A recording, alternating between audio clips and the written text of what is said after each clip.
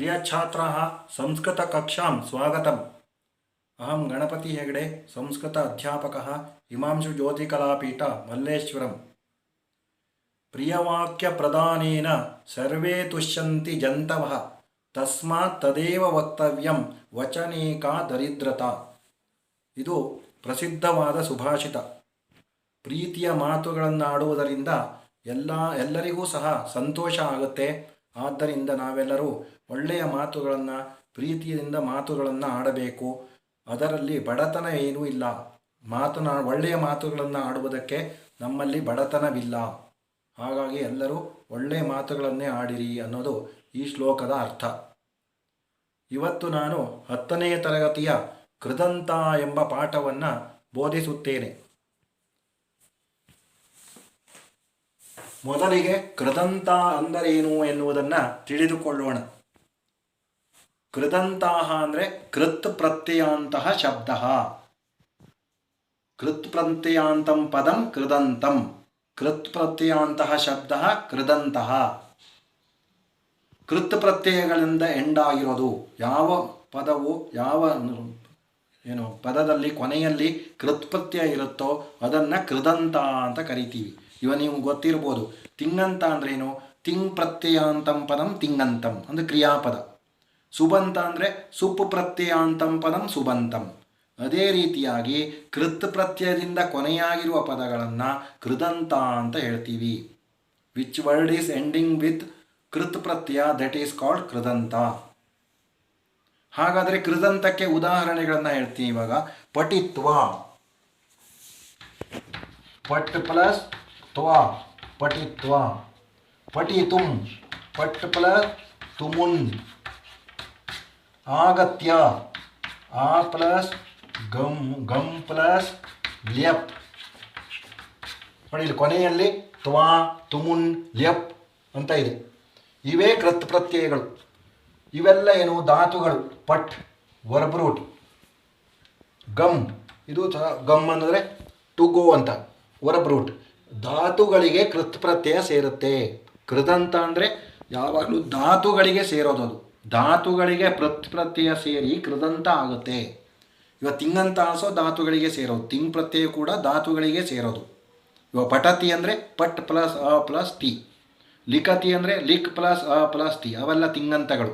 ತಿಂಗ್ ಪ್ರತ್ಯಯದಿಂದ ಕೊನೆಯಾಗಿದ್ದರೆ ತಿಂಗಂತ, ಕೃತ್ ಪ್ರತ್ಯಯದಿಂದ ಕೊನೆಯಾಗಿದ್ದರೆ ಕೃದಂತ, ಸುಪ್ಪು ಪ್ರತ್ಯಯದಿಂದ ಕೊನೆಯಾಗಿದ್ದರೆ ಸುಬಂತ, ಆಮೇಲೆ ತದ್ದಿತ ಪ್ರತ್ಯಯದಿಂದ ಕೊನೆಯಾದರೆ ತದ್ದಿತ ಅಂತ. ಈ ರೀತಿ. ಹಾಗಾಗಿ ಕೃತ್ ಪ್ರತ್ಯಯದಿಂದ ಕೊನೆಯಾಗಿರುವ ಪದಗಳೇ ಕೃದಂತಗಳು. ಆಮೇಲೆ ಪುಸ್ತಕ ನೋಡಿ ಇವಾಗ. ಧಾತುಭ್ಯಃ ಯಥಾ ತಿಂಗ್ ಪ್ರತ್ಯಯಾಃ ಭವಂತಿ ತಥಾ ಕೃತ್ ಪ್ರತ್ಯಯಾಃ ಅಪಿ ಭವಂತಿ.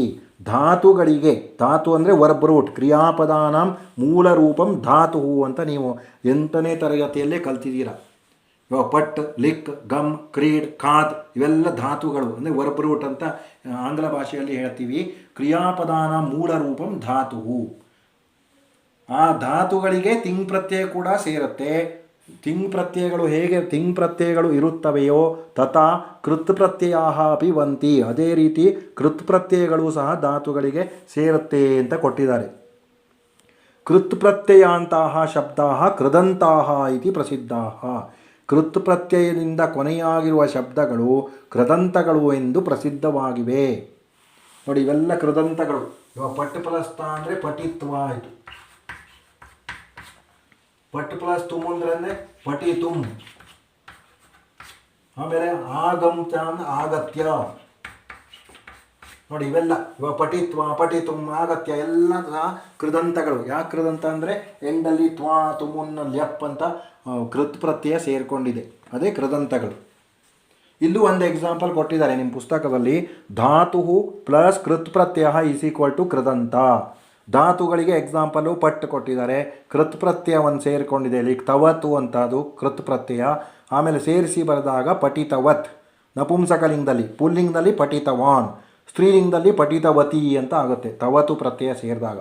ಅದನ್ನು ಡಿಟೇಲ್ ಆಗಿ ನಾನು ಮುಂದೆ ಹೇಳ್ತೀನಿ.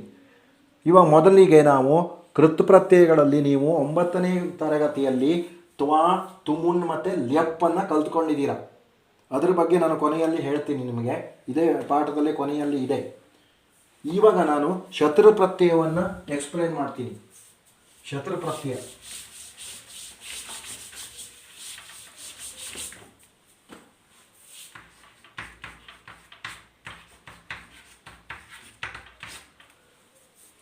ನೋಡಿ. ಶತ್ರು ಪ್ರತ್ಯಯ ವರ್ತಮಾನ ಕಾಲಾರ್ಥೆ ಪರಸ್ಮೈಪದಿನಃ ಧಾತೋಃ ಶತ್ರು ಪ್ರತ್ಯಯ ಪ್ರಯುಜ್ಯತೆ. ಶತ್ರು ಮತ್ತು ಶಾನಚ್ ಅಂತ ಸೇರಿಸಿ ಕೊಟ್ಟಿದ್ದಾರೆ. ಎರಡೂ ಸಹ ಪ್ರೆಸೆಂಟ್ ಟೆನ್ಸ್ ಮೀನಿಂಗ್ ಕೊಡುತ್ತೆ. ಅದಕ್ಕೆ ವರ್ತಮಾನ ಕಾಲಿಕವು ಅಂತ ಕೊಟ್ಟಿದ್ದಾರೆ. ಶತ್ರು ಪ್ರತ್ಯಯ ಮತ್ತು ಶಾನಚ್ ಪ್ರತ್ಯಯ ಸೇರಿದಾಗ ಅದು ವರ್ತಮಾನ ಕಾಲ ಅರ್ಥವನ್ನು ಕೊಡುತ್ತೆ. ಅಂದರೆ ಇವಾಗ ನಡೀತಾ ಇದೆ ಅನ್ನೋ ಅರ್ಥವನ್ನು ಕೊಡುತ್ತೆ. ಒಂದು ಕ್ರಿಯೆ ಈಗ ನಡೀತಾ ಇದ್ದರೆ ಅದು ವರ್ತಮಾನ ಕಾಲ, ಒಂದು ಕ್ರಿಯೆ ಮುಗಿದು ಹೋಗಿದ್ರೆ ಅದು ಭೂತಕಾಲ, ಒಂದು ಕ್ರಿಯೆ ಮುಂದೆ ನಡೆಯುವುದು ಅಂತ ಹೇಳೋದು ಭವಿಷ್ಯತ್ ಕಾಲ. 3 ಕಾಲಗಳಿವೆ, ನಿಮ್ಗೆ ಗೊತ್ತಿದೆ ಅದು. ಇದು ಪ್ರೆಸೆಂಟ್ ಟೆನ್ಸ್ ಮೀನಿಂಗಲ್ಲಿ ಬರುತ್ತೆ ಶತ್ರು ಮತ್ತು ಶಾನಚ್ಚು. ಶತ್ರು ಪ್ರತ್ಯಯ ಎಕ್ಸ್ಪ್ಲೇನ್ ಮಾಡಿ ಆಮೇಲೆ ಶಾನಚ್ ನೋಡೋಣ. ವರ್ತಮಾನ ಕಾಲ ಅರ್ಥದಲ್ಲಿ ಪರಸ್ಮೈಪದಿ ಧಾತುಗಳಿಗೆ ಶತ್ರು ಪ್ರತ್ಯಯ ಪ್ರಯೋಗವಾಗುತ್ತೆ. ಅಂದ್ರೇನು? ಪರಸ್ಮೈಪದಿ ಧಾತು, ಆತ್ಮನೇಪದಿ ಧಾತು, ಉಭಯಪದಿ ಧಾತು ಅಂತ ಧಾತುಗಳಲ್ಲಿ 3 ಪ್ರಕಾರ. ಪರಸ್ಮೈಪದಿ ಧಾತು ಅಂದ್ರೇನು? ಸಾಮಾನ್ಯವಾಗಿ ಲಟ್ಲಕಾರದಲ್ಲಿ ಕೊನೆಯಲ್ಲಿ ತೀತಃ ಅಂತಿ, ಪಠತಿ, ಲಿಖತಿ, ಗಚ್ಚತಿ, ಕ್ರೀಡತಿ ಇವೆಲ್ಲ ಪರಸ್ಮೈಪದಿ ಧಾತುಗಳು. ಆಮೇಲೆ ಆತ್ಮನೇಪದಿ ಅಂದರೆ ಎಂಡಲ್ಲಿ ತೇ, ಇತೆ, ಅಂತೆ ಸೇರುತ್ತಲ್ವ, ಅಂತಹ ಧಾತುಗಳಿಗೆ ವರ್ಬ್ ರೂಟ್ಗಳಿಗೆ ನಾವು ಆತ್ಮನೇಪದಿ ಅಂತ ಕರಿತೀವಿ. ವರ್ತತೆ, ಶೋಭತೆ, ಲಭತೆ ಇವೆಲ್ಲ ಆತ್ಮನೇಪದಿ ಧಾತುಗಳು.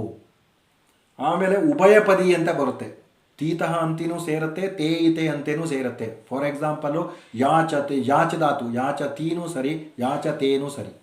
ಕೃಧಾತು, ಕರೋತಿ ಅಂತಲೂ ಬರಿತೀವಿ, ಕುರುತೆ ಅಂತಲೂ ಬರಿತೀವಿ. ಅವು ಉಭಯಪದಿಗಳು ಅಂತ ಕರಿತೀವಿ. ಈ ರೀತಿ ಧಾತುಗಳಲ್ಲಿ 3 ಪ್ರಕಾರ ಇದೆ: ಪರಸ್ಮೈಪದಿ, ಆತ್ಮನೇಪದಿ, ಉಭಯಪದಿ. ಈ ಶತ್ರು ಪ್ರತ್ಯಯ ಇದೆಯಲ್ವಾ, ಶತ್ರು ಪ್ರತ್ಯಯ ಯಾವಾಗಲೂ ಕೂಡ ಅದು ಪರಸ್ಮೈಪದಿಗೆ ಸೇರುತ್ತೆ.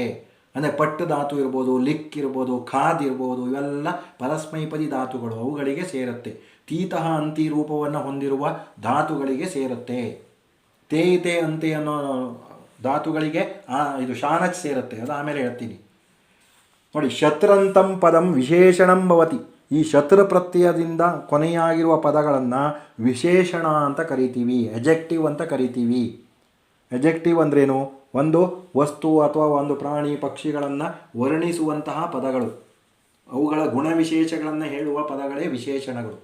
ಅದು ವಸ್ತು ಇರಲಿ, ವ್ಯಕ್ತಿ ಇರಲಿ, ಪ್ರಾಣಿ ಇರಲಿ, ಪಕ್ಷಿ ಇರಲಿ, ಒಂದರ ಗುಣವಿಶೇಷಗಳನ್ನು ಹೇಳುವ ಪದಗಳಿಗೆ ವಿಶೇಷಣ, ಇಂಗ್ಲೀಷಲ್ಲಿ ಎಜೆಕ್ಟಿವ್ಸ್ ಅಂತ ಕರೀತಾರೆ.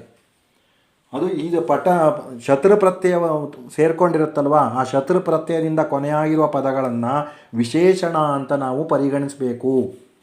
ಇವಾಗ ಉದಾಹರಣೆ ನೋಡಿ.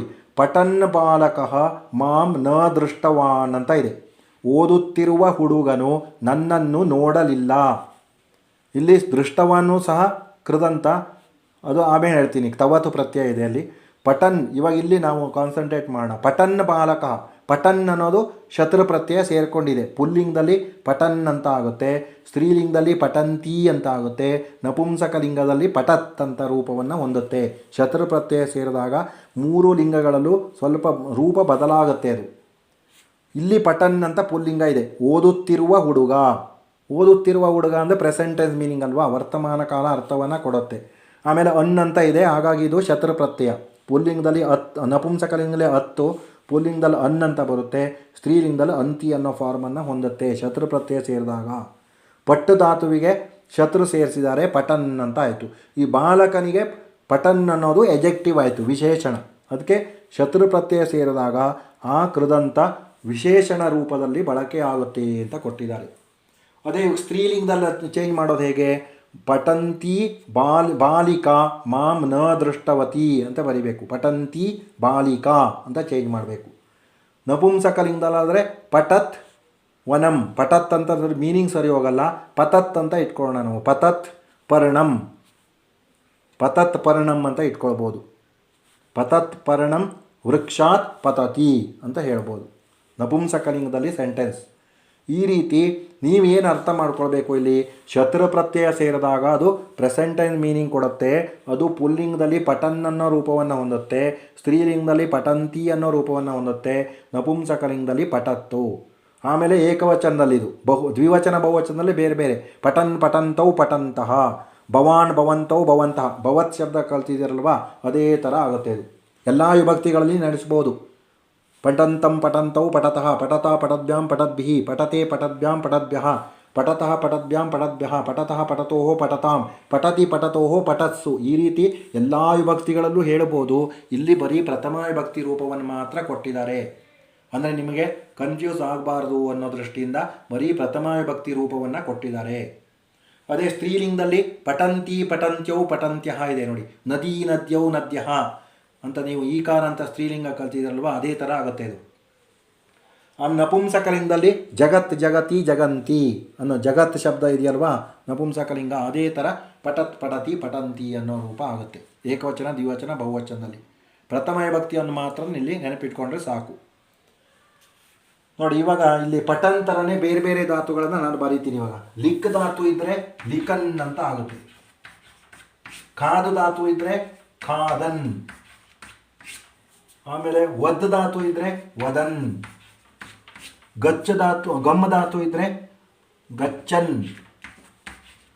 ನೋಡಿ ಇದು ಪುಲ್ಲಿಂಗ, ಇದು ಎಲ್ಲ ಶತ್ರು ಪ್ರತ್ಯಯಕ್ಕೆ ಉದಾಹರಣೆ. ಅದೇ ಸ್ತ್ರೀಲಿಂಗದಲ್ಲಿ ಬೇರೆ, ಇವಾಗ ಲಿಕಂತಿ ಇರೋದು ಲಿಕಂತಿ ಅಂತ ಆಗುತ್ತೆ, ಲಿಕನ್ ಇರೋದು ಲಿಕಂತಿ, ಕಾದನ್ ಇದ್ರೆ ಕಾದಂತಿ, ವದನ್ ವದಂತಿ, ಗಚ್ಚನ್ ಇದ್ರೆ ಗಚ್ಚಂತಿ. ಪುಲ್ಲಿಂಗದಲ್ಲೇ ಒಂಥರ ರೂಪವನ್ನು ಹೊಂದಿರುತ್ತೆ, ಸ್ತ್ರೀಲಿಂಗದಲ್ಲಿ ಇನ್ನೊಂದು ರೀತಿ ರೂಪವನ್ನು ಹೊಂದಿರುತ್ತೆ, ನಪುಂಸಕಲಿಂಗದಲ್ಲಿ ಇನ್ನೊಂದು ರೀತಿ, 3 ಥರ ಆಗುತ್ತೆ. ಈಗ ಶತ್ರು ಪ್ರತ್ಯಯ ಸೇರಿದಾಗ ಲಿಕನ್ ಲಿಕಂತಿ ಲಿಕತ್, ಖಾದನ್ ಖಾದಂತಿ ಖಾದತ್, ವದನ್ ವದಂತಿ ವದತ್, ಗಚ್ಚನ್ ಗಚ್ಚಂತಿ ಗಚ್ಚತ್. ಈ ರೀತಿ ಆಗುತ್ತೆ. ಈ ರೀತಿ ರೂಪವನ್ನು ಹೊಂದಿದ್ರೆ ಒಂದು ಪದ ಅದನ್ನು ಶತ್ರು ಪ್ರತ್ಯಯ ಅಂತ ಕರಿತೀವಿ. ಅದು ಪ್ರೆಸೆಂಟ್ ಟೆನ್ಸ್ ಮೀನಿಂಗನ್ನು ಕೊಡುತ್ತೆ. ಅದು ಪರಸ್ಮೈಪದಿ ಧಾತುಗೆ ಮಾತ್ರ ಸೇರೋದು. ನೋಡಿ ಇಲ್ಲಿ ಲಿಕ್ ಧಾತು ಇದು ಪರಸ್ಮೈಪದಿ, ಖಾದ ಧಾತು ಪರಸ್ಮೈಪದಿ, ವದ್ ಧಾತು ಪರಸ್ಮೈಪದಿ, ಗಮ್ ಧಾತು ಪರಸ್ಮೈಪದಿ. ಹೇಗೆ ಗೊತ್ತಾಗುತ್ತೆ? ಅವೆಲ್ಲ ಲಟ್ಲಕಾರದಲ್ಲಿ ಗಚ್ಚತಿ ಗಚ್ಚತಃ ಗಚ್ಚಂತಿ, ವದತಿ ವದತಃ ವದಂತಿ, ಕಾದತಿ ಕಾದತಃ ಕಾದಂತಿ, ಲಿಖತಿ ಲಿಖತಃ ಲಿಖಂತಿ ಅನ್ನೋ ರೂಪವನ್ನು ಕೊಡುತ್ತೆ. ಲಿಖನ್ ಅಂದರೆ ಬರೆಯುತ್ತಾ ಅಂತ, ಖಾದನ್ ಅಂದರೆ ತಿನ್ನುತ್ತಾ, ವದನ್ ಅಂದರೆ ಹೇಳುತ್ತಾ, ಗಚ್ಚನ್ ಅಂದರೆ ಹೋಗುತ್ತಾ ಅಂತ ಅರ್ಥ. ಸ್ತ್ರೀಲಿಂಗದಲ್ಲಾದರೆ ಈ ಕಡೆ ಇದು ಬರುತ್ತೆ, ಪುಲ್ಲಿಂಗ ಅಂದರೆ ಈ ಥರ. ಇದು ಶತ್ರು ಪ್ರತ್ಯಯ. ಆಮೇಲೆ ನೆಕ್ಸ್ಟು ಶಾನಚ್ ಪ್ರತ್ಯಯ ಡಿಸ್ಕಸ್ ಮಾಡೋಣ.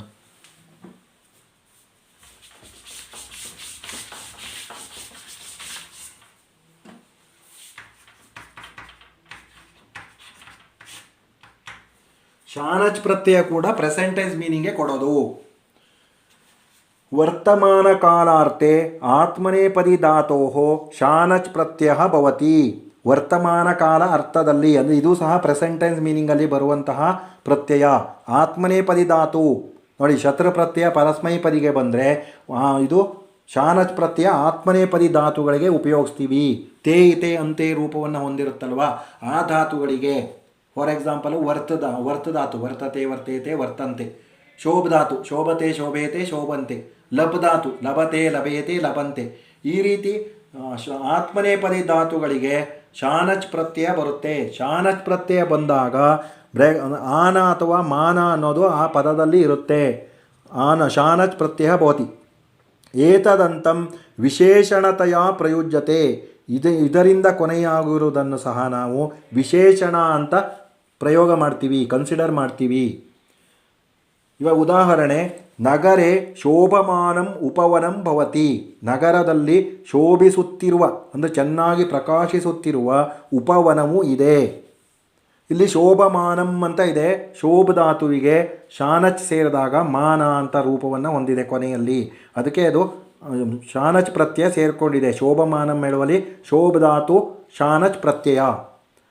ಅದೇ ರೀತಿ ಕಂಪಮಾನಾತ್ ವೃಕ್ಷಾತ್ ಫಲಾನಿ ಪತಂತಿ. ಅಲ್ಲಾಡುತ್ತಿರುವ ಮರದಿಂದ ಹಣ್ಣುಗಳು ಬೀಳುತ್ತಿವೆ. ಅಲ್ಲಾಡುತ್ತಿರುವ ಕಂಪಮಾನ, ಮಾನ ಅಂತ ಇದೆ ನೋಡಿ. ಶೋಭಮಾನ ಅಳುವಲ್ಲೂ ಮಾನ ಇದೆ, ಕಂಪಮಾನ ಅಳುವಲ್ಲೂ ಮಾನ ಇದೆ. ಈ ರೀತಿ ಮಾನ ಅಂತ ವರ್ಡು ಕೊನೆಯಾಗಿದ್ದರೆ ಅದನ್ನು ಶಾನಚ್ ಪ್ರತ್ಯಯ ಅಂತ ಕರಿತೀವಿ. ಅದು ಪ್ರೆಸೆಂಟ್ ಟೆನ್ಸನ್ನು ಮೀನಿಂಗನ್ನು ಕೊಡುತ್ತೆ ಮತ್ತು ವಿಶೇಷಣ ರೂಪದಲ್ಲಿ ಬಳಕೆ ಆಗುತ್ತೆ. ಇಲ್ಲಿ ಶೋಭಮಾನಂ ಅಂತ ನಪುಂಸಕಲಿಂಗ ಯಾಕೆ ಬಂತು ಅಂದರೆ ಉಪವನಂ ಅನ್ನೋದು ನಪುಂಸಕಲಿಂಗ ಪದ. ಆಮೇಲೆ ಇಲ್ಲಿ ಪುಲ್ಲಿಂಗದಲ್ಲಿ ಬೇರೆ ರೂಪ, ಸ್ತ್ರೀಲಿಂಗದಲ್ಲಿ ಬೇರೆ ರೂಪ, ನಪುಂಸಕಲಿಂಗದಲ್ಲಿ ಬೇರೆ ರೂಪವನ್ನು ಹೊಂದುತ್ತೆ. ಲಭಮಾನಃ ಲಭಮಾನೌ ಲಭಮಾನಾಃ, ರಾಮಃ ರಾಮೋ ರಾಮಃ. ಪುಲ್ಲಿಂಗ ಅಕಾರ ಅಂತ ಪುಲ್ಲಿಂಗ ಥರ ಆಗುತ್ತೆ ಅದು. ಅದೇ ಥರ ಆಕಾರ ಅಂತ ಸ್ತ್ರೀಲಿಂಗದ ಥರ ಇದು ಲಭಮಾನ ಲಭಮಾನೇ ಲಭಮಾನಾಃ. ಇದು ವನಂ ವನೆ ವನಾನಿ ಥರ ಲಭಮಾನಂ ಲಭಮಾನೇ ಲಭಮಾನಾನಿ. ಇದು ಸೀತಾ ಸೀತೆ ಸೀತಾಹ ಥರ ಆಗುತ್ತೆ ಸ್ತ್ರೀಲಿಂಗ. ನೋಡಿ ಲಭಮಾನಃ ಅಂದ್ರೇನು? ಪಡೆಯುತ್ತಿರುವವನು. ಲಭಮಾನವು ಅಂದರೆ ಇಬ್ಬರು ಪಡಿತಾ ಇದ್ದಾರೆ. ಲಭಮಾನ ಅಂದರೆ ಪಡಿತಾ ಇದ್ದಾರೆ ಅಂತ. ಅದೇ ಥರ ಲಭಮಾನ ಅಂದರೆ ಪಡೆಯುತ್ತಾ ಇದ್ದಾಳೆ. ಲಭಮಾನೆ ಅಂದರೆ ಇಬ್ಬರು ಹುಡುಗಿಯರು ಪಡೀತಾ ಇದ್ದಾರೆ. ಲಭಮಾನ ಅಂದರೆ ಹಲವಾರು ಹುಡುಗಿಯರು ಪಡೆಯುತ್ತಿದ್ದಾರೆ ಸ್ತ್ರೀಲಿಂಗದಲ್ಲಿ. ನಪುಂಸಕಲಿಂಗದಲ್ಲಿ ಲಭಮಾನಂ ಪಡೆಯುತ್ತಾ ಇದೆ ಅಂದರೆ ಬಹುಮಾನಂ. ಇವಾಗ ಬಹುಮಾನ ಇದ್ದರೆ ಲಭಮಾನಂ ಅಂತ ಬರುತ್ತೆ. ಈ ರೀತಿ ಪುಲ್ಲಿಂಗದಲ್ಲೇ ಒಂಥರ ರೂಪವನ್ನು ಹೊಂದಿರುತ್ತೆ, ಸ್ತ್ರೀಲಿಂಗದಲ್ಲಿ ಇನ್ನೊಂದು ರೀತಿ ರೂಪವನ್ನು ಹೊಂದುತ್ತೆ, ನಪುಂಸಕಲಿಂಗದಲ್ಲಿ ಇನ್ನೊಂದು.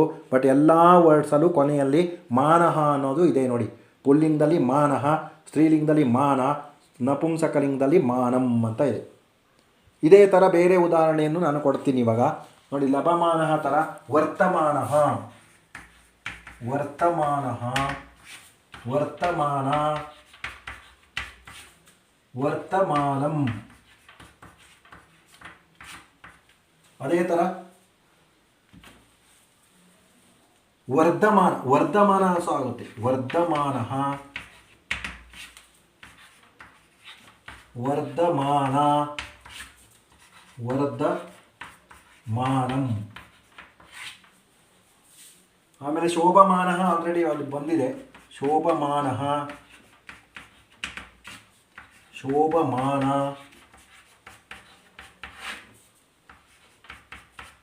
ಶೋಭಮಾನಂ. ನೋಡಿ ಈ ರೀತಿ ಮಾನಃ ಮಾನ ಮಾನಂ, ಮಾನಃ ಮಾನ ಮಾನಂ. ಎಲ್ಲ ಕಡೆ ನೋಡಿ ಈ ರೀತಿ ಮಾನ ಅಂತ ಬಂತ ಒಂದು ವರ್ಡಲ್ಲಿ, ಆನ ಅಥವಾ ಮಾನ ಬಂತ ಶಾನಚ್ ಪ್ರತ್ಯಯ. ಪುಲ್ಲಿಂಗದಲ್ಲಿ ರಾಮಃ ರಾಮೋ ರಾಮಃ ಥರ ನೆನಪಿಟ್ಕೊಳ್ಬೇಕು. ಇದು ನಾನು ಏಕವಚನ ಮಾತ್ರ ಬರೆದಿದ್ದೀನಿ. ಇದು ಪುಲ್ಲಿಂಗ, ಇದು ಸ್ತ್ರೀಲಿಂಗ, ಇದು ನಪುಂಸಕಲಿಂಗ. ಇದರಲ್ಲೇ ದ್ವಿವಚನ ರಾಮಃ ರಾಮೋ ರಾಮಃ ಥರ ವರ್ತಮಾನಃ ವರ್ತಮಾನೋ ವರ್ತಮಾನಃ ಅಂತ ಆಗುತ್ತೆ. ಸ್ತ್ರೀಲಿಂಗದಲ್ಲಿ ವರ್ತಮಾನ ವರ್ತಮಾನೇ ವರ್ತಮಾನಃ, ಸೀತಾ ಸೀತೆ ಸೀತಾ ಥರ. ಇದು ವನಂ ವನೆ ವನಾನಿ ಥರ ವರ್ತಮಾನಂ ವರ್ತಮಾನೇ ವರ್ತಮಾನಾನಿ. ಅಂದರೆ ಎಲ್ಲ ಕಡೆ ನೋಡಿ ಮಾನ ಅನ್ನೋದು ಕಾಮನ್ ಆಗಿ ಬಂದಿದೆ. ಸ್ವಲ್ಪ ಸ್ತ್ರೀಲಿಂಗ ಪುಲ್ಲಿಂಗ ನಪುಂಸಕಲಿಂಗದಲ್ಲಿ ಸ್ವಲ್ಪ ವೇರಿಯೇಷನ್ ಆಗುತ್ತೆ, ಅದನ್ನು ನೆನಪಿಟ್ಕೊಳ್ಬೇಕು. ಈ ರೀತಿ ಶತ್ರು ಮತ್ತು ಶಾನಚ್ ಪ್ರತ್ಯಯ ಪ್ರೆಸೆಂಟ್ ಟೆನ್ಸ್ ಮೀನಿಂಗನ್ನು ಕೊಡುತ್ತೆ. ವಿಶೇಷಣ ರೂಪವಾಗಿ ಅದು ಬಳಕೆ ಆಗುತ್ತೆ. ಶತ್ರು ಪ್ರತ್ಯಯ ಪರಸ್ಮೈಪದಿಗೆ ಸೇರೋದು, ಆತ್ಮನೆ ಪದ ಇದು ಶಾನಚ್ ಪ್ರತ್ಯಯ ಆತ್ಮನೆ ಪದಿಗೆ ಧಾತುಗಳಿಗೆ ಸೇರೋದು. ಇಷ್ಟನ್ನು ಚೆನ್ನಾಗಿ ನೆನಪಿನಲ್ಲಿ ಇಟ್ಕೊಳ್ಬೇಕು. ಆಮೇಲೆ ಮುಂದೆ ತ ಆ್ಯಂಡ್ ತವತು ಪ್ರತ್ಯಯ.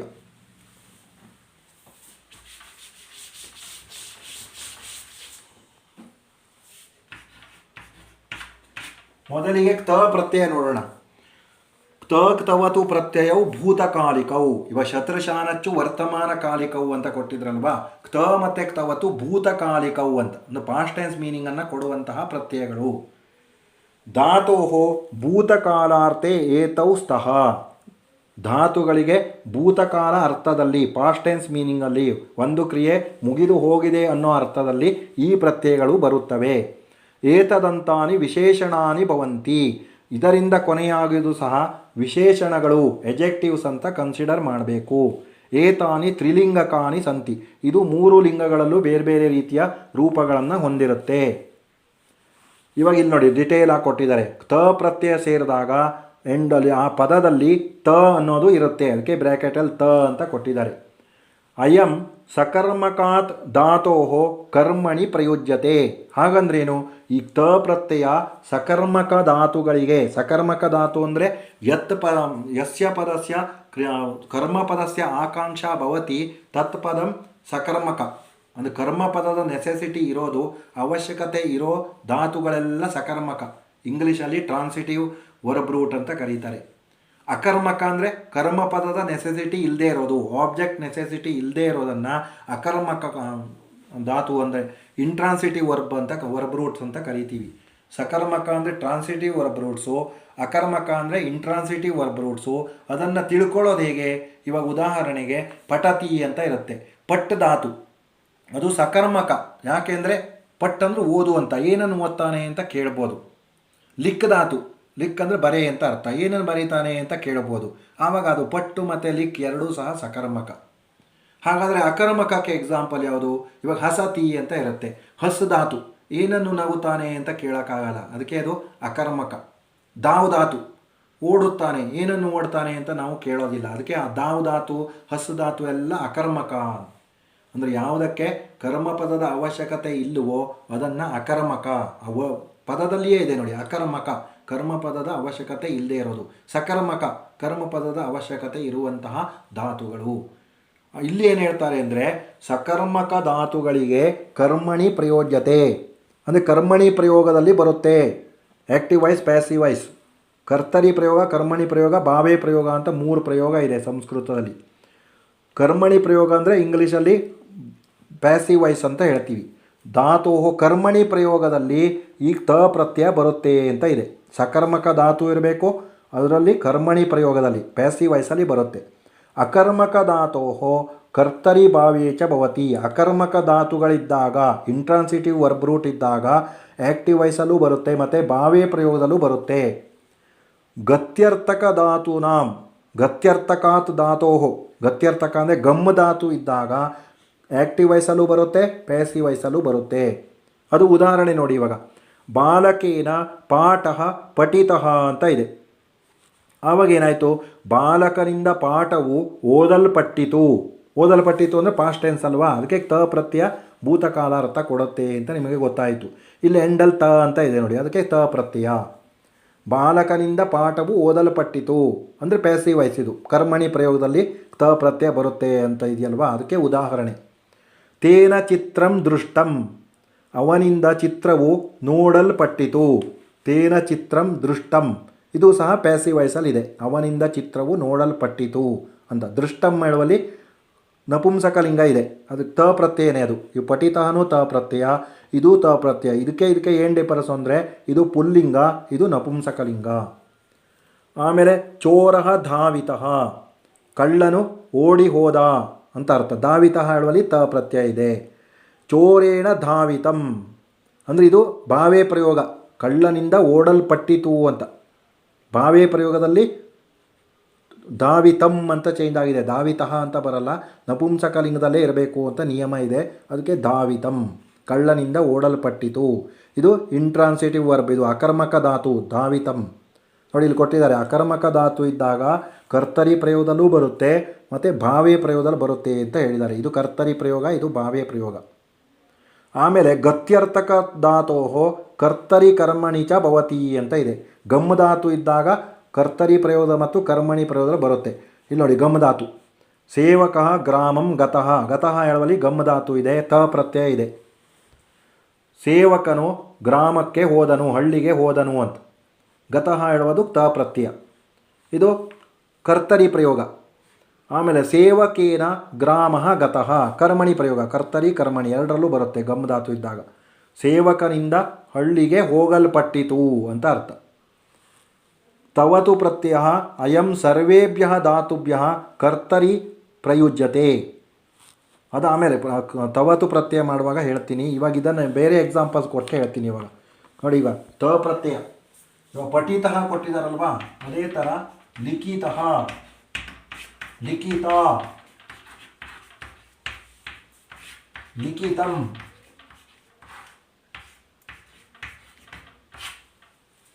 ಅದೇ ಥರ ಖಾದಿತಃ,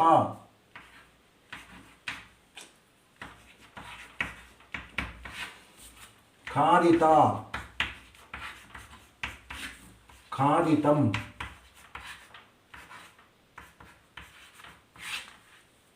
ಉಕ್ತಃ, ಉಕ್ತ, ಉಕ್ತಂ, ಕ್ರೀಡಿತಃ,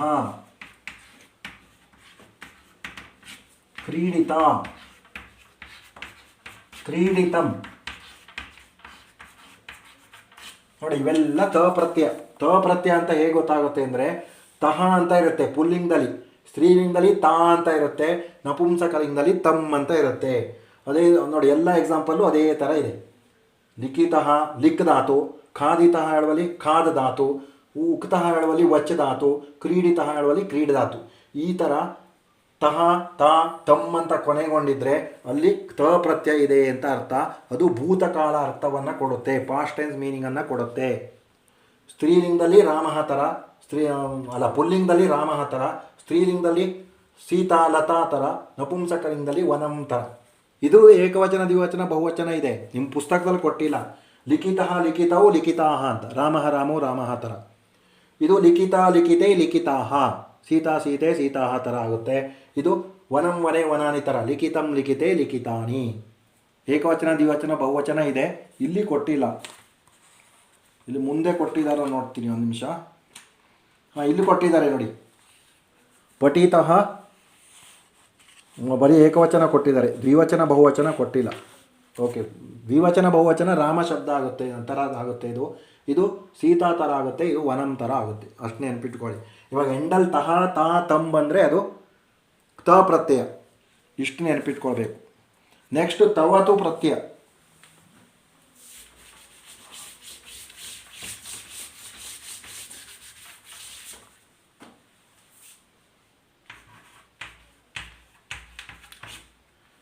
ನೋಡಿ, ತವತು ಪ್ರತ್ಯಯನು ಭೂತಕೃದಂತ. ಅಯಂ ಸರ್ವೇಭ್ಯ ಧಾತುಭ್ಯ ಕರ್ತರಿ ಪ್ರಯುಜ್ಯತೆ. ಅಂದರೆ ಈ ತವತು ಪ್ರತ್ಯಯ ಎಲ್ಲ ಧಾತುಗಳಿಗೆ ಕರ್ತರಿ ಪ್ರಯುಜ್ಯತೆ ಅಂದರೆ ಆ್ಯಕ್ಟಿವ್ ವಾಯ್ಸಲ್ಲಿ ಬರುತ್ತೆ, ಕರ್ತರಿ ಪ್ರಯೋಗದಲ್ಲಿ ಬರುತ್ತೆ ಇದು. ಉದಾಹರಣೆ, ಬಾಲಕಃ ಪಾಠಂ ಪಠಿತವಾನ್, ಬಾಲಕನು ಪಾಠವನ್ನು ಓದಿದನು. ಪಠಿತವಾನ್, ತವಾನ್ ಅಂತ ಬಂತು ನೋಡಿ, ಅದೇ ತವತ್ ಪ್ರತ್ಯಯ. ನಪುಂಸಕಲಿಂಗದಲ್ಲಿ ತವತ್ ಅಂತ ಇರುತ್ತೆ, ಪುಲ್ಲಿಂಗದಲ್ಲಿ ತವಾನ್ ಅಂತ ಇರುತ್ತೆ, ಸ್ತ್ರೀಲಿಂಗದಲ್ಲಿ ತವತಿ ಅಂತ ಇರುತ್ತೆ. ತವತ್ ಪ್ರತ್ಯಯ ಅಂತ ಕಂಡುಹಿಡಿಯೋದು ಹೇಗೆ ಅಂದರೆ, ತವತ್ ಎಂಡಲ್ಲಿ ತವತ್ತಿದೆ, ಪುಲ್ಲಿಂಗದಲ್ಲಿ ತವಾನ್, ಸ್ತ್ರೀಲಿಂಗದಲ್ಲಿ ತವತಿ. ಈ ಥರ ತವತ್ ತವತಿ ತವಾನ್ ಅಂತ ಇದ್ದರೆ ಅದು ತವತ್ ಪ್ರತ್ಯಯ. ಅದು ಸಹ ಭೂತಕಾಲ ಅರ್ಥವನ್ನು, ಪಾಸ್ಟ್ ಟೆನ್ಸ್ ಮೀನಿಂಗನ್ನು ಕೊಡುತ್ತೆ. ಅದು ಆ್ಯಕ್ಟಿವ್ ವಾಯ್ಸಲ್ಲಿ ಬರುತ್ತೆ. ಬಾಲಕಃ ಪಾಠಂ ಪಠಿತವಾನ್, ಬಾಲಕನು ಪಾಠವನ್ನು ಓದಿದನು. ಓದಿದ ಅಂದರೆ ಓದಿ ಮುಗಿದೋಯ್ತು, ಪಾಸ್ಟ್ ಟೆನ್ಸು, ಭೂತಕಾಲ ಅರ್ಥ. ಆಮೇಲೆ ಇದು ಆ್ಯಕ್ಟಿವ್ ವಾಯ್ಸಲ್ಲಿದೆ. ಸೇವಕಃ ಗ್ರಾಮಂ ಗತವಾನ್, ಸೇವಕನು ಹಳ್ಳಿಗೆ ಹೋದನು. ಇದು ಸಹ ಕರ್ತರಿ ಪ್ರಯೋಗದಲ್ಲಿದೆ. ಗತವಾನ್ ಅಂದರೆ ಹೋದ, ಒಂದು ಕೆಲಸ ಮುಗಿದಿದೆ, ಪಾಸ್ಟ್ ಟೆನ್ಸ್ ಮೀನಿಂಗ್ ಕೊಡುತ್ತೆ. ಇಲ್ಲೂ ಪಠಿತವಾನು ಗತವಾನು ಎಲ್ಲ ಕೂಡ ಇದು ತವತ್ ಪ್ರತ್ಯಯ. ಆಮೇಲೆ ಮಾತಾ ಕ್ಷೀರಂ ಆನೀತವತಿ, ತಾಯಿ ಹಾಲನ್ನು ತಂದಳು. ಇದು ತವತಿ ಅಂತ ಯಾಕಿದೆ ಅಂದರೆ ಇದು ಸ್ತ್ರೀಲಿಂಗ ಮಾತಾ. ಪುಲ್ಲಿಂಗದಲ್ಲಿ ತವಾನ್ ಅಂತ ಬರುತ್ತೆ ನೋಡಿ, ಇಲ್ಲಿ ಬಾಲಕಃ ಪುಲ್ಲಿಂಗ ಇದೆ, ತವಾನ್ ಬಂತು. ಸೇವಕಃ ಪುಲ್ಲಿಂಗ, ಇಲ್ಲೂ ತವಾನು. ಮಾತಾ ಸ್ತ್ರೀಲಿಂಗ ಇರೋದ್ರಿಂದ ತವತಿ ಅಂತ ಆಗಿದೆ. ಚೋರಃ ಧಾವಿತವಾನ್, ಕಳ್ಳನು ಓಡಿ ಹೋದ, ಓಡಿದನು. ಪುಲ್ಲಿಂಗ ಇಲ್ಲಿ, ಚೋರಃ ಪುಲ್ಲಿಂಗ. ನೋಡಿ, ಈ ರೀತಿ ತವಾನ್ ತವತಿ ಬಂದರೆ ಅದನ್ನು ತವತು ಪ್ರತ್ಯಯ ಅಂತ ಹೇಳ್ತೀವಿ. ಆಮೇಲೆ ಇಲ್ಲಿ ಕೋಷ್ಟಕದಲ್ಲಿ ಕೊಟ್ಟಿದ್ದಾರೆ, ಪುಲ್ಲಿಂಗದಲ್ಲಿ ಪಠಿತಃ ಅಂತ ಆಗುತ್ತೆ, ತ ಪ್ರತ್ಯಯ. ತವತ್ ಪ್ರತ್ಯಯ ಪಠಿತವಾನ್ ಅಂತ ಆಗುತ್ತೆ. ಪುಲ್ಲಿಂಗದಲ್ಲಿ ಸ್ತ್ರೀಲಿಂಗದಲ್ಲಿ ತ ಪ್ರತ್ಯಯ ಪಠಿತ ಅಂತ ಆಗುತ್ತೆ, ತವತ್ ಪ್ರತ್ಯಯ ಪಠಿತವತಿ ಅಂತ ಪತಿತವತಿ ಅಂತ ಆಗುತ್ತೆ. ಪಠಿತವತಿ ಆಗಬೇಕು ಇದು. ನಪುಂಸಕಲಿಂಗದಲ್ಲಿ ಪಠಿತಂ ಅಂದರೆ ತ ಪ್ರತ್ಯಯ ಸೇರಿದಾಗ ಈ ಕಡೆ ಇರೋದೆಲ್ಲ ತ ಪ್ರತ್ಯಯ, ಈ ಕಡೆ ಇರೋದು ತವತ್ ಪ್ರತ್ಯಯ. ನಪುಂಸಕಲಿಂಗದಲ್ಲಿ ಪಠಿತವತ್ ಪತಿತವತ್ ಅಂದರೆ ಇದು ಮೀನಿಂಗ್ ಸರಿ ಹೋಗಲ್ಲ ಅಂತ ಪತಿತವತ್ ಕೊಟ್ಟಿದ್ದಾರೆ ನೋಡಿ. ಈ ರೀತಿ ಅಂದರೆ ಈಗ ನಾನು ಇಲ್ಲಿ ಬರೋದು ತೋರಿಸ್ತೀನಿ ನಿಮಗೆ. ತವತ್ತು ಸೇರಿದಾಗ ಲಿಖಿತವಾನ್ ಪುಲ್ಲಿಂಗದಲ್ಲಿ, ಸ್ತ್ರೀಲಿಂಗದಲ್ಲಿ ಲಿಖಿತವತಿ. ಅದೇ ಥರ ಖಾದ ಧಾತು ಇದ್ದರೆ ಖಾದಿತವಾನ್, ಇಲ್ಲಿ ಖಾದಿತವತಿ. ಅದೇ ಥರ ಕ್ರೀಡಿತವಾನ್, ಕ್ರೀಡಿತವಾನ್, ಕ್ರೀಡಿತವತಿ. ನೋಡಿ, ಇದು ಪುಲ್ಲಿಂಗ ಸ್ತ್ರೀಲಿಂಗದಲ್ಲಿ. ನಪುಂಸಕಲಿಂಗದಲ್ಲಿ ಲಿಖಿತವತ್, ಕ್ರೀಡಿತವತ್, ಖಾದಿತವತ್ ಅಂತ ಬರೀತೀರ. ಈ ರೀತಿ ಇದ್ದರೆ ಅದು ತವತು ಪ್ರತ್ಯಯ. ಲಿಖಿತವಾನ್ ಅಂದರೆ ಬರೆದನು, ಲಿಖಿತವತಿ ಅಂದರೆ ಬರೆದಳು, ಖಾದಿತವಾನ್ ಅಂದರೆ ತಿಂದನು ಅಂತ ಅರ್ಥ, ಖಾದಿತವತಿ ಅಂದರೆ ತಿಂದಳು ಅಂತ ಅರ್ಥ, ಕ್ರೀಡಿತವಾನ್ ಅಂದರೆ ಆಟ ಆಡಿದನು ಅಂತ ಅರ್ಥ, ಕ್ರೀಡಿತವತಿ ಅಂದರೆ ಆಟ ಆಡಿದಳು ಅಂತ ಅರ್ಥ. ಈ ರೀತಿ ತವಾನ್, ತವತಿ, ತವತ್ ನಪುಂಸಕಲಿಂಗ ನಾನು ಇಲ್ಲಿ ಬರೆದಿಲ್ಲ, ಇಲ್ಲಿ ಸ್ವಲ್ಪ ಸ್ಥಳಾವಕಾಶ ಕಡಿಮೆ ಇರೋದ್ರಿಂದ ಬರೆದಿಲ್ಲ, ಬೋರ್ಡ್ ಚಿಕ್ಕದಾಗಿದೆ. ಹಾಗಾಗಿ ತವಾನ್, ತವತಿ, ತವತ್ ಅಂತ ಬಂದ ತಕ್ಷಣ ಅದನ್ನು ತವತು ಪ್ರತ್ಯಯ ಅಂತ ತಿಳ್ಕೊಳ್ಬೇಕು. ಅದು ಪಾಸ್ಟ್ ಟೆನ್ಸ್ ಮೀನಿಂಗನ್ನು ಕೊಡುತ್ತೆ. ಅದು ಆ್ಯಕ್ಟಿವ್ ವಾಯ್ಸಲ್ಲಿ ಬರೋದು. ಯಾವಾಗಲೂ ಕರ್ತರಿ ಪ್ರಯೋಗದಲ್ಲಿ ತವತ್ ಪ್ರತ್ಯಯ ಬರುತ್ತೆ. ನೆಕ್ಸ್ಟು ತವ್ಯತ್ ಅನಿಯರ್.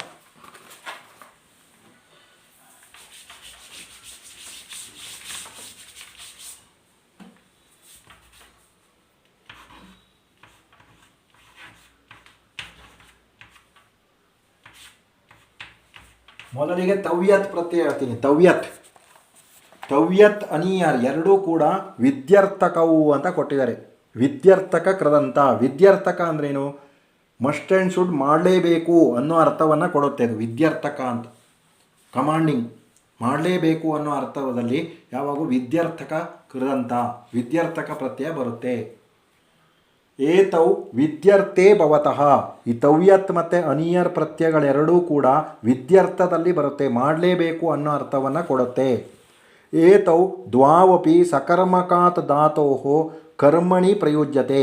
ಈ ಎರಡೂ ಸಹ ಸಕರ್ಮಕಾತ್ ಧಾತೋಹೋ ಅಂದರೆ ಟ್ರಾನ್ಸಿಟಿವ್ ವರ್ಬ್ ಇದ್ದಾಗ, ಆಗಲೇ ಹೇಳಿದ್ದೀನಿ ನಾನು ಸಕರ್ಮಕ ಅಂದರೆ ಏನು ಅಂತ ಹೇಳಿದ್ದೀನಿ. ಆ ಸಕರ್ಮಕ ಧಾತುಗಳಿಗೆ ಕರ್ಮಣಿ ಪ್ರಯುಜ್ಯತೆ, ಕರ್ಮಣಿ ಪ್ರಯೋಗದಲ್ಲಿ ಪ್ಯಾಸಿವ್ ವಾಯ್ಸಲ್ಲಿ ಬರುತ್ತೆ ಇದು.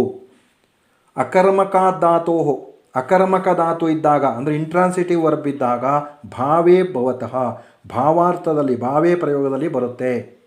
ಏತದಂತಮಪಿ ವಿಶೇಷಣಂ ಭವತಿ.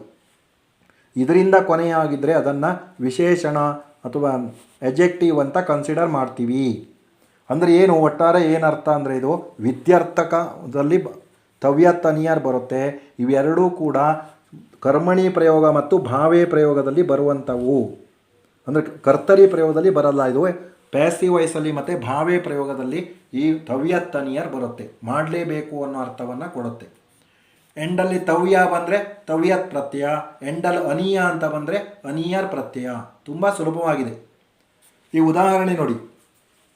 ಛಾತ್ರೇಣ ಉತ್ತರಂ ವಕ್ತವ್ಯಂ. ವಿದ್ಯಾರ್ಥಿಯಿಂದ ಉತ್ತರವು ಹೇಳಲ್ಪಡಬೇಕು ಅಂದರೆ ಮಸ್ಟ್ ಆ್ಯಂಡ್ ಶುಡ್ ಅವನು ಹೇಳಲೇಬೇಕು ಅಂತ ಅರ್ಥ. ಅದೇ ವಿದ್ಯಾರ್ಥಕ. ನೋಡಿ, ಎಂಡಲ್ಲಿ ತವ್ಯಂ ಅಂತ ಇದೆಯಲ್ವಾ, ಅದಕ್ಕೋಸ್ಕರ ತವ್ಯತ್ ಪ್ರತ್ಯಯ. ಬಾಲೇನ ಪಾಠ ಪಠನೀಯ. ಬಾಲಕನಿಂದ ಪಾಠವು ಓದಲ್ಪಡಬೇಕು. ಕಂಠಪಾಠ ಕರಣೀಯ ಅಂತ ಕೊಡ್ತಾರೆ, ಕಂಠಪಾಠ ಮಾಡಲೇಬೇಕು ಅಂತ ಅರ್ಥ. ನೋಡಿ, ಎಂಡಲ್ ಅನಿಯ ಅಂತ ಇರೋದ್ರಿಂದ ಪಟ್ಟ ಧಾತುವಿಗೆ ಅನಿಯ ಅಂತ ಇದೆ, ಅನಿಯರ್ ಪ್ರತ್ಯಯ. ಇಲ್ಲಿ ವಚ್ ಧಾತುವಿಗೆ ತವ್ಯ ಇದೆ, ತವ್ಯತ್ ಪ್ರತ್ಯಯ.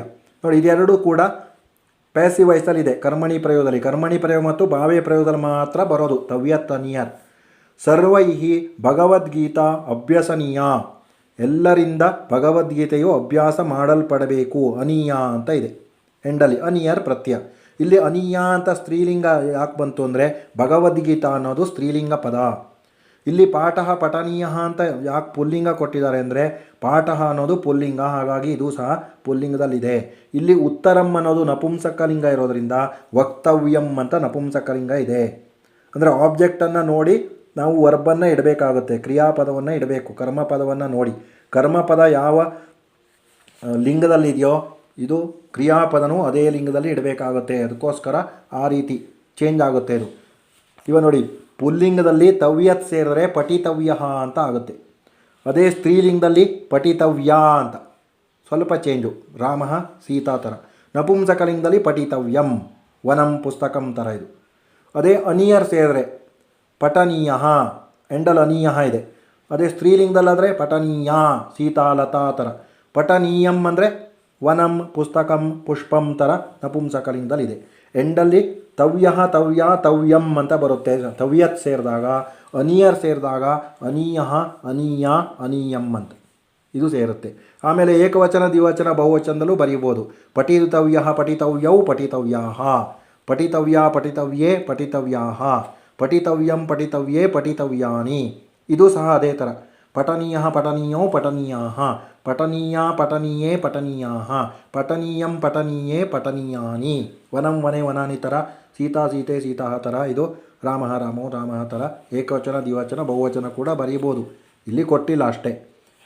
ಒಟ್ಟಾರೆ ಇವಾಗೇನು ಸಿಂಪಲ್ಲಾಗಿ ಹೇಳಬೇಕು ಅಂದರೆ ನಿಮಗೆ ತವ್ಯತ್ತನಿಯರು ವಿದ್ಯಾರ್ಥಕದಲ್ಲಿ ಬರುವಂಥದ್ದು, ಅದು ಕರ್ಮಣಿ ಪ್ರಯೋಗ ಮತ್ತು ಭಾವೇ ಪ್ರಯೋಗದಲ್ಲಿ ಉಪಯೋಗಿಸಲ್ಪಡುತ್ತೆ. ಇವಾಗ ಬೇರೆ ಎಕ್ಸಾಂಪಲ್ ನೋಡೋಣ. ಈಗ ಕರಣೀಯ,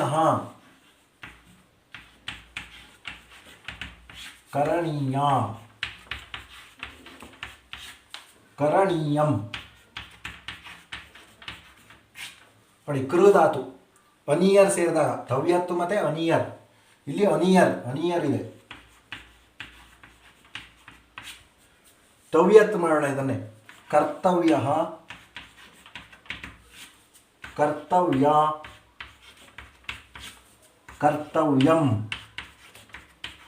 ನೋಡಿ. ಇದು ತವ್ಯತ್ತು, ಇದು ಅನಿಯರು, ಇದು ತವ್ಯತ್ತು. ಅದೇ ಥರ ಖಾದ ಧಾತು ಇದ್ದರೆ ಖಾದಿತವ್ಯ, ಖಾದಿತವ್ಯ, ಖಾದಿತವ್ಯಂ ನೋಡಿ. ತವ್ಯತ್, ತವ್ಯ ತವ್ಯ ತವ್ಯಂ ಪುಲ್ಲಿಂಗ ಸ್ತ್ರೀಲಿಂಗ ನಪುಂಸಕಲಿಂಗ.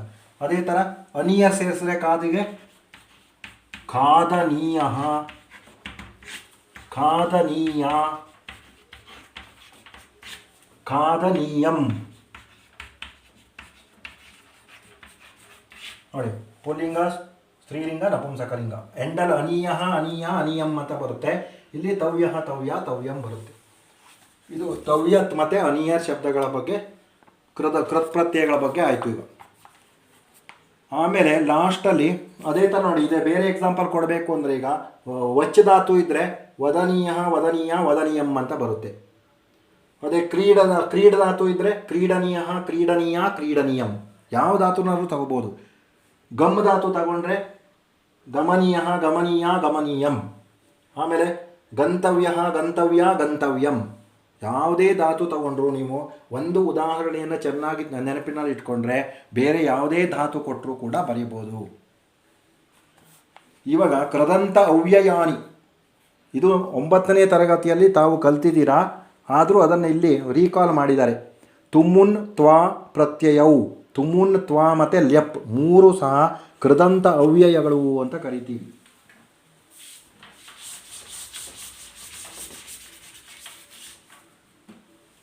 ತ್ವಾ, ತುಮುನ್ ಮತ್ತು ಲ್ಯಪ್ ಇದು ಮೂರು ಸಹ ಅವ್ಯಯಗಳು, ಕೃದಂತ ಅವ್ಯಯಗಳು. ಒಂದು ಮೂರು ಕೃದಂತನೇ, ಇದು ಕೃತ್ಪ್ರತ್ಯಯನೇ, ಅದಕ್ಕೆ ಕೃದಂತ ಅವ್ಯಯಗಳು ಅಂತ ಕರಿತೀವಿ. ಕೃದಂತಾವ್ಯಯಾನಿ ಅಂದರೆ ಲಿಂಗ ವಿಭಕ್ತಿ ವಚನಗಳಲ್ಲಿ ಬದಲಾಗದೇ ಇರೋದನ್ನು ಅವ್ಯಯ ಅಂತ ಕರಿತೀವಿ. ಇವಾಗ ಇದು ಮೂರು ಪ್ರತ್ಯಯ ಸೇರಿದಾಗ, ಕೃತ್ಪ್ರತ್ಯಯ ಸೇರಿದಾಗ ಅದು ಪುಲ್ಲಿಂಗ ಸ್ತ್ರೀಲಿಂಗ ನಪುಂಸಕಲಿಂಗ ಏಕವಚನ ದ್ವಿವಚನ ಬಹುವಚನದಲ್ಲಿ ಒಂದೇ ಫಾರ್ಮನ್ನು ಹೊಂದಿರುತ್ತೆ. ಅದಕ್ಕೆ ಅದು ಅವ್ಯಯಗಳು ಅಂತ. ಇವಾಗ ಫಾರ್ ಎಕ್ಸಾಂಪಲ್ ತ್ವಾ ಅಂತ ಬರುತ್ತೆ. ಪಟ್ಟು ಧಾತುವಿಗೆ ತ್ವಾ ಸೇರಿದ್ರೆ ಪಟಿತ್ವ ಅಂತ ಆಗುತ್ತೆ. ಅದೇ ಪಟ್ಟು ಧಾತುವಿಗೆ ತುಮುನ್ ಸೇರಿದ್ರೆ ಪಟಿತುಂ. ಪಟ್ಟು ಧಾತುವಿಗೆ ಲ್ಯಪ್ ಸೇರಿದ್ರೆ ಆಪಟ್ಯ. ಆಪಟ್ಯ ಬೇಡ, ಸಂಪಟ್ಯ ಅಂತ ಬರೀತೀವಿ. ಸಂಪಟ್ಯ ಚೆನ್ನಾಗಿ ಓದಿ ಅಂತ. ಸಂ ಪ್ಲಸ್ ಪಟ್ ಪ್ಲಸ್ ಲ್ಯಪ್, ಸಂಪಟ್ಯ ನೋಡಿ. ಸಂಪಟ್ಯಗಳಲ್ಲಿ ಲ್ಯಪ್ ಇದೆ. ತ್ವಾ ತುಮುನ್ ಲ್ಯಪ್. ಎಂಡಲ್ಲಿ ಧಾತುವಿನ ಕೊನೆಯಲ್ಲಿ ತ್ವಾ ಇದ್ದರೆ ತ್ವಾಂತಾವ್ಯಯ, ತುಮ್ ಇದ್ದರೆ ತುಮುನ್ನಂತಾವ್ಯಯ, ಯ ಅಂತ ಇದ್ದರೆ ಅಂದರೆ ಯ ಅಂದರೆ ಇಲ್ಲಿ ಧಾತುಗಿಂತ ಮುಂಚೆ ಉಪಸರ್ಗ ಇದ್ದಾಗ ತ್ವಾ ಬದಲು ಲ್ಯಪ್ ಬರುತ್ತೆ. ಅದಕ್ಕೆ ಸಂಪಟ್ಯ, ಆಗತ್ಯ, ವಿಭಜ್ಯ ಇವೆಲ್ಲ ಲ್ಯಪ್ ಪ್ರತ್ಯಯಗಳು. ಸಂಯೋಜ್ಯ, ವಿಲಿಖ್ಯ ಇವೆಲ್ಲ ಲ್ಯಪ್ ಪ್ರತ್ಯಯಗಳು. ತ್ವಾಗೆ ಎಕ್ಸಾಂಪಲು ಪಠಿತ್ವ, ಲಿಖಿತ್ವ, ಗತ್ವ, ಕೃತ್ವ ಇವೆಲ್ಲ ತ್ವಾ ಪ್ರತ್ಯಯಕ್ಕೆ ಉದಾಹರಣೆ. ತ್ವಾ ಪ್ರತ್ಯಯ ಯಾವಾಗ ಬರುತ್ತೆ ನಿಮಗೆ ಗೊತ್ತಿದೆ. ಲಾಸ್ಟ್ ಇಯರ್ ಇತ್ತು. ಒಂದು ಕೆಲಸ ಮಾಡಿ ಇನ್ನೊಂದು ಕೆಲಸ ಮಾಡುವಾಗ ಮೊದಲು ಮಾಡಿದ ಧಾತುವಿಗೆ ತ್ವಾ ಬರುತ್ತೆ. ದ್ವಯೋ ಕ್ರಿಯೆಯೋ ಸಮಾನ ಕರ್ತೃಕತ್ವೇ ಪೂರ್ವತನ ಧಾತೋ ತ್ವಾ ಪ್ರತ್ಯಯ ಭವತಿ ಅಂತ ಇದೆ. ಇವಾಗ ಉದಾಹರಣೆ, ರಾಮ ಪಾಠಂ ಪಠಿತ್ವ ದೂರದರ್ಶನಂ ಪಶ್ಯತಿ ಅಂತ ಇರುತ್ತೆ. ಪಾಠಂ ಪಠಿತ್ವ ಫಸ್ಟು ಪಾಠವನ್ನು ಓದ್ತಾನೆ, ಆಮೇಲೆ ಟಿ ವಿ ವಾಚ್ ಮಾಡ್ತಾನೆ. ದೂರದರ್ಶನಂ ಪಶ್ಯತಿ. ಭೋಜನಂ ಕೃತ್ವ ನಿದ್ರಾಂ ಕರೋತಿ, ಊಟ ಮಾಡಿ ನಿದ್ದೆ ಮಾಡ್ತಾನೆ. ಫಸ್ಟು ಊಟ ಮಾಡೋದಲ್ವ, ಅದಕ್ಕೆ ಮಾಡು ಅನ್ನೋದಕ್ಕೆ ತ್ವಾ ಸೇರುತ್ತೆ. ಭೋಜನಂ ಕೃತ್ವ. ಆಟ ಆಡಿ ಓದುತ್ತೇನೆ. ಕ್ರೀಡಿತ್ವ ಪಠಾಮಿ. ಕ್ರೀಡಿತ್ವ ಕ್ರೀಡಧಾತುವಿಗೆ ತ್ವಾ ಸೇರುತ್ತೆ. ಈ ರೀತಿ ತ್ವಾ ಪ್ರತ್ಯಯ ಬಂದ ತಕ್ಷಣ ಅದು ಎರಡು ಕ್ರಿಯೆ ಒಬ್ಬನೇ ಮಾಡ್ತಾ ಇರಬೇಕು. ಒಬ್ಬನೇ ಎರಡು ಕ್ರಿಯೆ ಮಾಡುವಾಗ ಮೊದಲು ಮಾಡುವ ಕ್ರಿಯಾಪದದ ಧಾತುವಿಗೆ ತ್ವಾ ಬರುತ್ತೆ. ಪಠಿತ್ವ, ಲಿಖಿತ್ವ, ಗತ್ವ, ಕೃತ್ವ, ಮಾಡಿ, ನೋಡಿ, ಕೇಳಿ ಅನ್ನೋ ಸಂದರ್ಭದಲ್ಲಿ ಸಂಸ್ಕೃತದಲ್ಲಿ ತ್ವಾ ಬಳಸ್ತೀವಿ. ತುಮುನ್ ಅಂದರೆ ಉದ್ದೇಶಾರ್ಥವನ್ನು ಹೇಳುತ್ತೆ. ಇವಾಗ ಛಾತ್ರ ಕಿಮರ್ಥಂ ಶಾಲಾಂ ಆಗಚ್ಚಂತಿ ಅಂದರೆ ಪಠಿತುಂ ಶಾಲಾಂ ಆಗಚ್ಚಂತಿ. ಪಠಿತುಂ ಓದಲು ಬರುತ್ತಾರೆ, ಉದ್ದೇಶವನ್ನು ಹೇಳುತ್ತೆ. ಪಟ್ಟ ಧಾತುವಿಗೆ ತುಮುನ್ ಸೇರಿದ್ರೆ ಪಠಿತುಂ ಅಂತ ಆಯಿತು. ಖಾದಿತುಂ ತಿನ್ನಲು. ಬಾಲಕ ಫಲಂ ಖಾದಿತುಂ ಇಚ್ಛತಿ ಅಂತಿದ್ರೆ ಹಣ್ಣನ್ನು ತಿನ್ನಲು ಇಷ್ಟಪಡುತ್ತಾನೆ. ಖಾದಿತುಂ ಅಂತ ಬರುತ್ತೆ. ಆಟ ಆಡಲು ಗ್ರೌಂಡಿಗೆ ಹೋಗ್ತಾರೆ. ಛಾತ್ರಾಹ ಕ್ರೀಡಿತುಂ ಕ್ರೀಡಾಂಗಣಂ ಗಚ್ಚಂತಿ. ಕ್ರೀಡಿತುಂ ಕ್ರೀಡಧಾತುವಿಗೆ ತುಮ್ ಸೇರಿದ್ರೆ ಕ್ರೀಡಿತುಂ ಅಂತ ಆಯಿತು. ಉತ್ತರಂ ವಕ್ತುಂ ಪ್ರಯತ್ನಂ ಕರೋತಿ. ಉತ್ತರವನ್ನು ಹೇಳಲು ಪ್ರಯತ್ನ ಪಡ್ತಾರೆ. ವಕ್ತುಂ ತುಮುನ್ ಬಂತು. ಎಂಡಲ್ಲಿ ತುಮ್ ಅಂತ ಬಂದರೆ ತುಮುನ್ ಪ್ರತ್ಯಯ. ಮಾಡಲು, ಕೇಳಲು, ನೋಡಲು ಇವೆಲ್ಲ ಈ ರೀತಿ ಸಂದರ್ಭದಲ್ಲಿ ಇನ್ಫಿನಿಟಿವ್ ಅಂತ ಹೇಳ್ತೀವಿ ಆಂಗ್ಲ ಭಾಷೆಯಲ್ಲಿ. ಆ ಸಂದರ್ಭದಲ್ಲಿ ನಾವು ತುಮುನ್ ಪ್ರತ್ಯಯವನ್ನು ಬಳಸ್ತೀವಿ. ಅದೇ ಆಮೇಲೆ ಲೆಪ್ ಪ್ರತ್ಯಯ ಯಾವಾಗ ಬರುತ್ತೆ ಅಂದರೆ ನೋಡಿ, ಈ ರೀತಿ ಧಾತುವಿಗಿಂತ ಮುಂಚೆ ಉಪಸರ್ಗ ಇದ್ದಾಗ ಇನ್ಸ್ಟೆಡ್ ಆಫ್ ತ್ವಾ ಬದಲು ಲೆಪ್ ಬರುತ್ತೆ. ಅಂದರೆ ಯ ಮಾತ್ರ ಉಳ್ಕೊಳ್ಳುತ್ತೆ. ಸಮ್ ಉಪಸರ್ಗ, ಪಟ್ ಧಾತು, ಲೆಪ್ ಪ್ರತ್ಯಯ. ಅದೇ ಥರ ಆಗತ್ಯ, ಆ ಉಪಸರ್ಗ, ಗಮ್ ಧಾತು, ಲೆಪ್ ಪ್ರತ್ಯಯ. ವಿಭಜ್ಯ, ವಿ ಉಪಸರ್ಗ, ಭಜ್ ಧಾತು, ಲೆಪ್ ಪ್ರತ್ಯಯ. ಸಂಯೋಜ್ಯ, ಸಮ್ ಉಪಸರ್ಗ, ಯುಜ್ ಧಾತು, ಲೆಪ್ ಪ್ರತ್ಯಯ. ಇವೆಲ್ಲ ಲೆಪ್ ಪ್ರತ್ಯಯಕ್ಕೆ ಉದಾಹರಣೆಗಳು. ಈ ರೀತಿ ತ್ವಾ, ತುಮುನ್, ಲೆಪ್ ಮೂರೂ ಕೂಡ ಕೃದಂತ ಅವ್ಯಯಗಳು ಅಂತ ಪ್ರಸಿದ್ಧವಾಗಿವೆ. ಇದು 9ನೇ ತರಗತಿಯಲ್ಲೂ ಕೂಡ ನೀವು ಡಿಟೇಲ್ ಆಗಿ ಓದಿದ್ದೀರಾ. ಇವಾಗ ತ್ವಾಗೆ ಎಕ್ಸಾಂಪಲು ಪಠಿತ್ವ, ಲಿಖಿತ್ವ, ಗತ್ವ, ಕೃತ್ವ.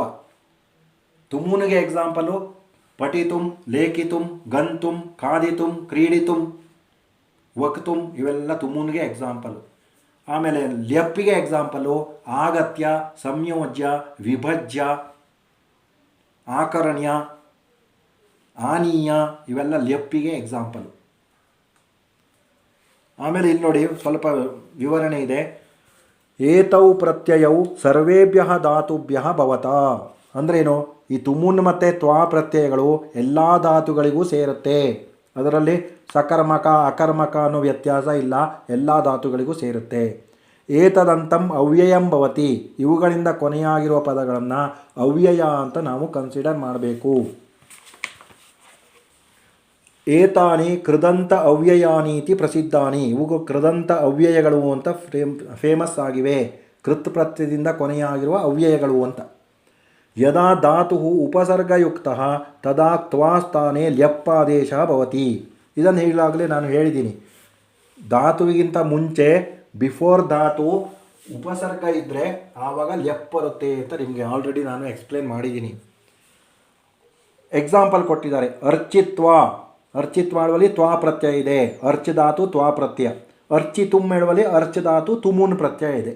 ನೀತ್ವ, ನೀ ಧಾತು ತ್ವಾ ಪ್ರತ್ಯಯ. ನೇತುಂ ಅಂದರೆ ನೀ ಧಾತು ತುಮುನ್ ಪ್ರತ್ಯಯ ಇದೆ. ಅರ್ಚಿತ್ವ ಅಂದರೆ ಅರ್ಚಿಸಿ ಅಂತ. ಅರ್ಚಿತುಂ ಅಂದರೆ ಅರ್ಚಿಸಲು ಅಥವಾ ಪೂಜಿಸಲು. ನೀತ್ವ ಅಂದರೆ ತೆಗೆದುಕೊಂಡು ಹೋಗಿ. ನೇತುಂ ಅಂದರೆ ತೆಗೆದುಕೊಂಡು ಹೋಗಲು. ನೋಡಿ ಅರ್ಥ ವ್ಯತ್ಯಾಸ ನೋಡಿ. ಭೂತ್ವ ಆಗಿ. ಪವಿತುಂ ಅಂದರೆ ಆಗಲು. ತ್ವಾ ಮತ್ತು ತುಮುನ್. ಬೋಧಿತ್ವ ಬೋಧಿಸಿ. ಬೋಧಿತುಂ ಅಂದರೆ ಬೋಧಿಸಲು. ಕ್ರೀತ್ವ ಅಂದರೆ ಪರ್ಚೇಸ್ ಮಾಡಿ ಖರೀದಿಸಿ. ಕ್ರೇತುಂ ಅಂದರೆ ಖರೀದಿಸಲು, ಟು ಪರ್ಚೇಸ್ ಅಂತ. ಚಿತ್ವ ಆರಿಸಿ. ಚೇತುಂ ಅಂದರೆ ಆರಿಸಲು.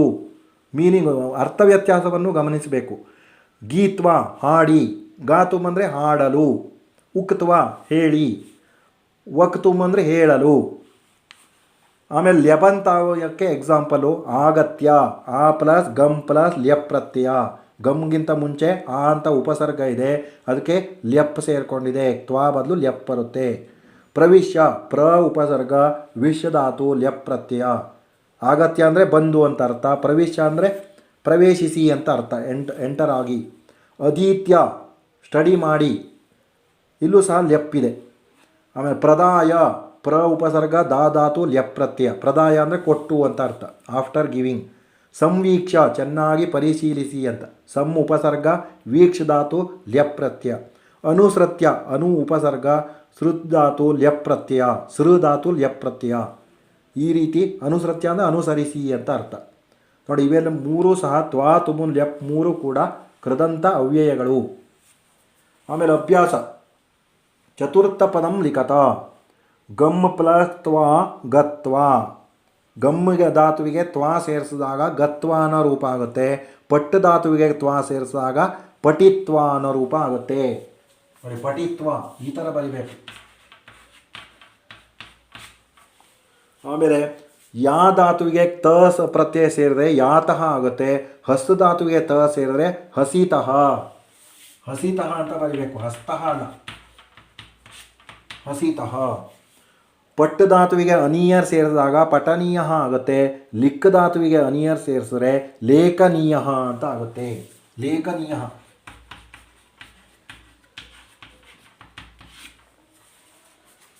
ಭೂ ಧಾತುವಿಗೆ ತುಮುನ್ ಸೇರಿದ್ರೆ ಭವಿತುಂ. ಲಬ್ ಧಾತುವಿಗೆ ತುಮುನ್ ಸೇರಿದ್ರೆ ಲಬ್ದುಂ. ಲಬಿತುಂ ಅಲ್ಲ, ಲಬ್ದುಂ. ನೋಡಿ, ಈ ಥರ ಬರಿಬೇಕು.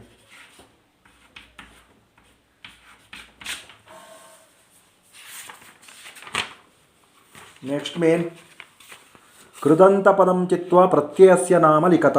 ಕೃದಂತ ಪದವನ್ನು ಸಪರೇಟಾಗಿ ಬರೆದು ಯಾವ ಪ್ರತ್ಯಯ ಅಂತ ಪ್ರತ್ಯಯದ ಹೆಸರನ್ನು ಬರೀಬೇಕು.